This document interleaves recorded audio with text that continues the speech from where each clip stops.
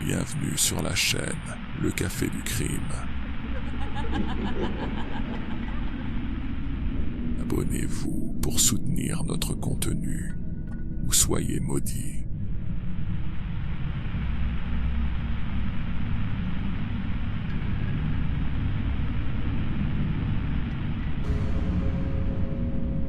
Bienvenue. On va commencer aujourd'hui avec une image. Une image de vidéosurveillance presque banale au premier abord, mais quand on connaît l'histoire, elle est glaçante. Il est 2h du matin, à Sapporo, au Japon. On voit une silhouette, toute de noir vêtue, mais vraiment de la tête aux pieds, impossible de voir un bout de peau, qui tire une grosse valise en sortant d'un hôtel. La question, évidemment, c'est qu'est-ce qui a bien pu se passer dans cet hôtel juste avant ? C'est ce qu'on va essayer de comprendre aujourd'hui en plongeant dans les infos qu'on a pu réunir sur cette affaire, qui est vraiment troublante. Notre but, ça va être de reconstituer un peu la chronologie, de voir qui sont les personnes impliquées, mais attention, uniquement sur la base des éléments qu'on a dans nos documents.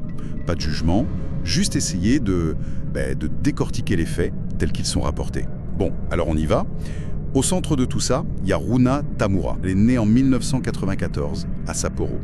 Son enfance apparemment, milieu familial stable, mais Runa est décrite comme très introvertie. Et ça, à l'école, ça ne pardonne pas toujours. Son silence, son isolement, ça fait d'elle une cible. Harcèlement verbal, physique, pendant des mois. Et puis un jour, ça bascule. Elle arrive à l'école avec un cutter, elle confronte un de ses harceleurs, et lui dit texto, « Si tu recommences, je te tue ». Pas de violence physique, mais la menace est là, direct. Étonnamment, l'école ne la sanctionne pas vraiment.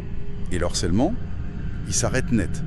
Ses parents, devant sa détresse, et après cet incident, ils prennent une décision radicale. Ils la sortent de l'école. Oui, et ce retrait de l'école, même si ça partait d'une bonne intention pour la protéger, ça marque le début d'un isolement qui va aller en s'aggravant en fait. Les documents qu'on a consultés disent qu'elle suit une thérapie à ce moment-là et des diagnostics sont posés. On parle notamment de troubles de la personnalité antisociale. C'est un terme psychiatrique assez lourd qui, d'après les descriptions classiques qu'on trouve dans les sources, est souvent lié à un mépris des règles, des problèmes d'empathie, parfois de la manipulation. Le mot psychopathe est même mentionné dans certains rapports cités. Ah oui, quand même. Oui. Et en parallèle, il y a ce contexte familial qui est décrit de façon assez particulière. On la présente un peu comme une enfant roi. Tout lui serait accordé, les parents éviteraient les conflits, la couvriraient de cadeaux, pour acheter la paix peut-être. Et ces dynamiques, ajoutées à l'isolement, ça crée une sorte de bulle autour d'elle. Elle est recluse chez ses parents, dans leur maison sur 3 étages. Elle se sent peut-être en sécurité, mais elle macère aussi des idées noires. Les sources parlent d'une rumination constante sur le mal qu'on lui a fait. Elle développe une logique punitive très à elle. Ceux qui font du mal méritent d'être punis. D'accord. Et elle trouve un exutoire sur Internet, sur un forum, où elle exprime sa haine envers les hommes. Un sentiment qui semble même validé, amplifié par les discussions là-bas. Ce qui est assez fascinant, si on peut dire, c'est de voir comment les éléments rapportés suggèrent la construction d'un monde intérieur complètement déconnecté, nourri par le ressentiment, l'isolement, et où l'idée de vengeance prend toute la place, finalement. Et face à elle, l'autre personne clé, c'est Hiroshi Una, 62 ans. Marié, père de famille, un emploi stable dans une grande boîte japonaise. Le profil type, assez banal en apparence. Sauf qu'Hiroshi, lui, il mène une double vie. La nuit, il se transforme. Avec des filtres, des retouches photos poussées et en se travestissant, il devient Tomo. Tomo, c'est une femme d'une 30aine d'années. Et sous cette identité, il sort beaucoup dans les bars, les clubs d'un quartier animé de Sapporo, Susukino. Et il est organisé, Pour justifier ses absences le soir auprès de sa femme, il invoque des afterworks professionnels. C'est quelque chose qui est décrit comme assez courant au Japon, dans le monde du travail, donc son excuse, elle est crédible. Sa femme, apparemment, n'a aucun soupçon. Et l'objectif derrière Tomo ? D'après les sources, c'est assez pragmatique. Il aurait remarqué que sous une apparence féminine, les femmes sont beaucoup moins sur leur garde. Ça lui permettrait, je cite encore, de se rapprocher plus facilement des jeunes femmes qu'il fréquente la nuit et même de décrocher des rendez-vous en tête-à-tête. D'accord. Mais attention, les documents précisent bien qu'Hiroshi n'a jamais clamé être une femme ou alors avoir remis en cause son genre. Il aimerait juste cette autre vie, cet échappatoire. Et surtout, la facilité de contact que ça lui donne. C'est comme un jeu de rôle, en fait, une dissimulation calculée pour arriver à ses fins. Et c'est donc par Internet que Runa et Tomo, enfin Hiroshi sous l'alias Tomo, vont entrer en contact. Fin mai 2023, il y a un premier rendez-vous, un samedi soir. Le lieu, c'est une soirée disco à Susukino, le quartier où Hiroshi a ses habitudes. Runa, elle a 29 ans à ce moment-là, elle y va. Et il y a un détail assez étrange qui est rapporté. Son père, Osamu Tamura, il est là aussi. Ah bon? Oui, il observe la scène à bonne distance, comme s'il surveillait un peu comment ça se passe. Les caméras de surveillance montrent Runa et Tomo qui dansent, s'amusent. Elles se prennent dans les bras. Runa a l'air complètement dans l'ignorance de qui est vraiment Hiroshi. Fin de soirée, chacun repart. Runa avec son père, Hiroshi, il rentre chez lui retrouver sa famille. Vu de l'extérieur, une soirée normale, sans problème. Mais ce n'est pas la fin de l'histoire. Le contact entre Runa et Tomo continue dans les semaines suivantes. Et un troisième rendez-vous est fixé. Le samedi 1er juillet 2023. Sauf que là, le lieu, ça change tout. C'est plus la discothèque, un lieu public, animé. Non, c'est une chambre, dans un hôtel de Sapporo. Un espace privé, intime, un huis clos. Et la façon dont Runa se prépare pour ce rendez-vous, tel qu'on nous l'a décrit, ça suggère quand même quelque chose de conçu, de très déterminé. Sa tenue est qualifiée de lourdement équipée. Elle est couverte quasiment de la tête aux pieds, sans laisser le moindre espace de peau à l'air libre, et elle vient avec une valise. Une valise, d'accord. Oui. Et les sources insistent sur sa motivation. Elles disent « ce n'est absolument pas la flamme qui l'a motivé à accepter l'invitation. Non, c'est sa volonté de se venger de l'affront. » Un affront, on sait de quoi il s'agit. Les sources ne les détaillent pas précisément, mais l'idée de vengeance, elle, est clairement posée comme étant le moteur de cette rencontre. Donc tous ces éléments, la tenue, la valise, cette motivation rapportée, ça dessine quand même le portrait d'une action préméditée, avec une logistique derrière. Ça contraste énormément avec l'image de la soirée disco. Ils arrivent donc à l'hôtel. Hiroshi est toujours Tomo. Ils montent dans la chambre réservée. Et là, les sources rapportent un détail qui semble tout faire basculer. À peine entré, Hiroshi va immédiatement vers la salle de bain pour se préparer. Et c'est à ce moment précis que tout dérape. Oui, ce qui est décrit ensuite dans les documents, c'est d'une violence extrême. L'attaque est soudaine, avec une arme blanche. Les blessures sont décrites comme tellement graves qu'Hiroshi meurt quasi instantanément. Il n'aurait même pas l'occasion de se défendre. Mon Dieu. L'acte est qualifié d'une brutalité inouïe. Ça souligne vraiment l'intensité, la détermination. Et il y a un élément particulièrement perturbant qui est ajouté. Oui, C'est que toute la scène, le meurtre sauvage, a été filmé par la caméra que tenait la tueuse au moment du crime. Elle a filmé. Oui, donc ce n'est pas juste un acte impulsif suivi de panique. L'enregistrement lui-même semble faire partie du plan. La description générale, c'est celle d'une exécution froide, déterminée. Et juste après le meurtre dans la chambre, Runa continue de façon très méthodique. Elle met un imperméable, sans doute pour se protéger. Puis, elle sort un assortissement de couteaux aux lames acérées, ainsi qu'une scie. Des outils qu'elle avait dans sa valise, donc. Et elle décapite la victime.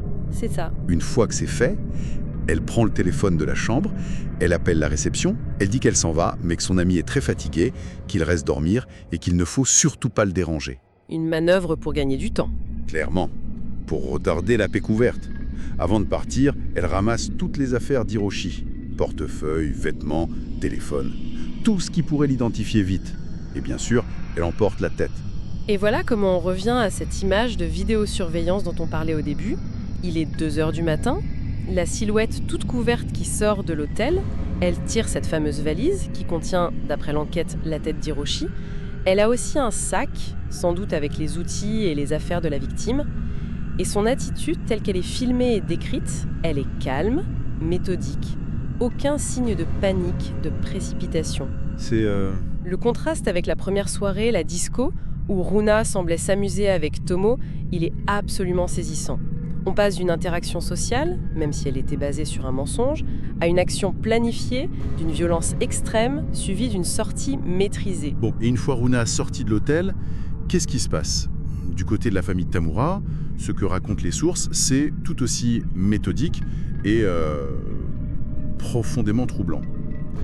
Osamu, le père, le même qui surveillait à distance la première fois, il vient chercher Runa. Ils font la dizaine de kilomètres jusqu'à chez eux, Et là, Hiroko, la mère, elle attend. Runa lui donne le sac avec la tête. Oui. Et les documents disent que la mère s'en est emparée, puis l'a placée dans une glacière afin d'éviter qu'elle ne se décompose et que l'odeur ne trahisse la famille. Et cette glacière, elle est mise dans la salle de bain de la maison. Dans la salle de bain, d'accord. D'accord. Après ça, on a l'impression d'une tentative de construire un alibi, de garder une façade de normalité totale. Runa prend la voiture de son père, elle retourne dans la boîte de nuit de la première rencontre. La source suggère que c'est sûrement pour essayer de se construire un alibi. Le lendemain, dimanche matin, le père, Osamu, il va travailler comme si de rien n'était. Ses collègues ne se doutent de rien. La mère, Hiroko, par contre, elle aurait parlé un peu à un autre membre de la famille. Elle aurait exprimé sa surprise, disant qu'elle ne pensait pas que sa fille irait jusque-là. Ah, cette confidence, elle pose énormément de questions, non? Sur ce que savaient les parents exactement. Exactement. Était-il au courant du projet de meurtre? Juste d'une intention de confrontation? Ont-ils été dépassés par la violence? Ou par le simple fait qu'elle soit passée à l'acte? Les sources ne tranchent pas, ça reste très opaque sur leur niveau d'implication réelle avant les faits. Et pendant ce temps, à l'hôtel, évidemment, l'inquiétude monte. Le client de la chambre, il ne part pas, il ne répond pas. Le personnel finit par ouvrir avec un pass. Et là, il découvre d'abord un lit nickel, pas d'effet. Puis, dans la salle de bain, l'horreur. Un corps sans tête assis dans la baignoire, maculé de sang. La description est terrible, oui. La police est appelée immédiatement, bien sûr. Et les premières constatations de la police scientifique sur place, elles sont assez déroutantes.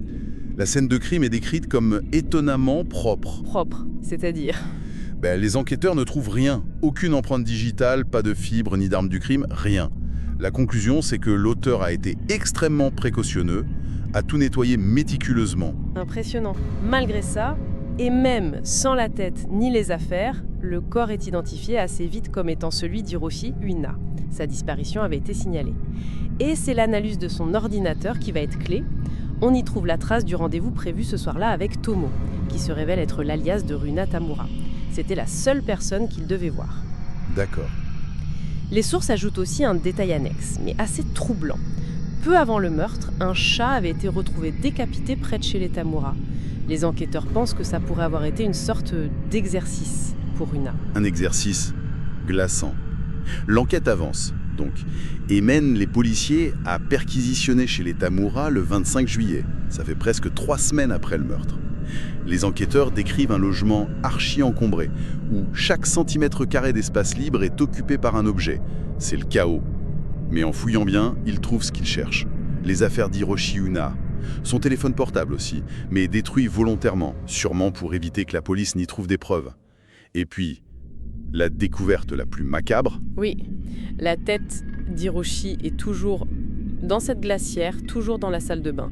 Après 3 semaines dans ces conditions, l'état de décomposition est avancé, ça confirme qu'elle est bien là depuis le meurtre, malgré la tentative de conservation. Les détails sont sordides. Oui, les sources les donnent, mais on peut peut-être s'en passer ici. Ce qui est sûr, c'est que ça confirme la chronologie. Et les preuves matérielles qui sont saisies pendant cette perquisition, elles sont considérées comme écrasantes. L'élément le plus fort, c'est sans doute la caméra ayant filmé le crime. L'enregistrement contiendrait non seulement le meurtre, mais aussi la décapitation. Incroyable. Qu'elle ait gardé ça. Et ce n'est pas tout. Une autre vidéo est découverte, elle montrerait Runa jouant avec la tête de la victime alors qu'elle se trouve dans la maison de la famille. Une scène qui aurait été filmée par un des parents. Filmée par un parent? Apparemment, oui. À ça s'ajoute la découverte d'un assortiment de 20 couteaux dans la chambre de Runa, dont certains pourraient être les armes du crime.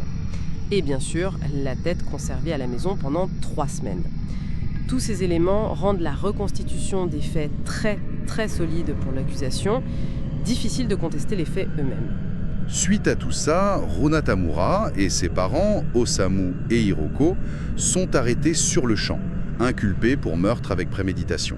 Placés en garde à vue, et pendant les interrogatoires, Runa, elle adopte une défense particulière. Elle parle d'un trouble dissociatif de l'identité. Elle dit que ce n'est pas elle, Runa, qui a fait ça, mais l'une des nombreuses personnalités qui occupent son esprit. Une autre personnalité. Oui, cette défense basée sur la personnalité multiple, elle laisse les magistrats assez sceptiques d'après les sources. On peut comprendre pourquoi. Plusieurs choses les font douter. D'abord, le fait que le père, Osamu, soit psychiatre. Ah oui, c'est vrai. Ensuite, il y a ces 3 semaines entre le crime et l'arrestation. Ils estiment qu'il a pu largement eu le temps de transmettre des instructions à sa fille pour qu'elle s'en sorte face aux policiers, en lui soufflant peut-être cette ligne de défense.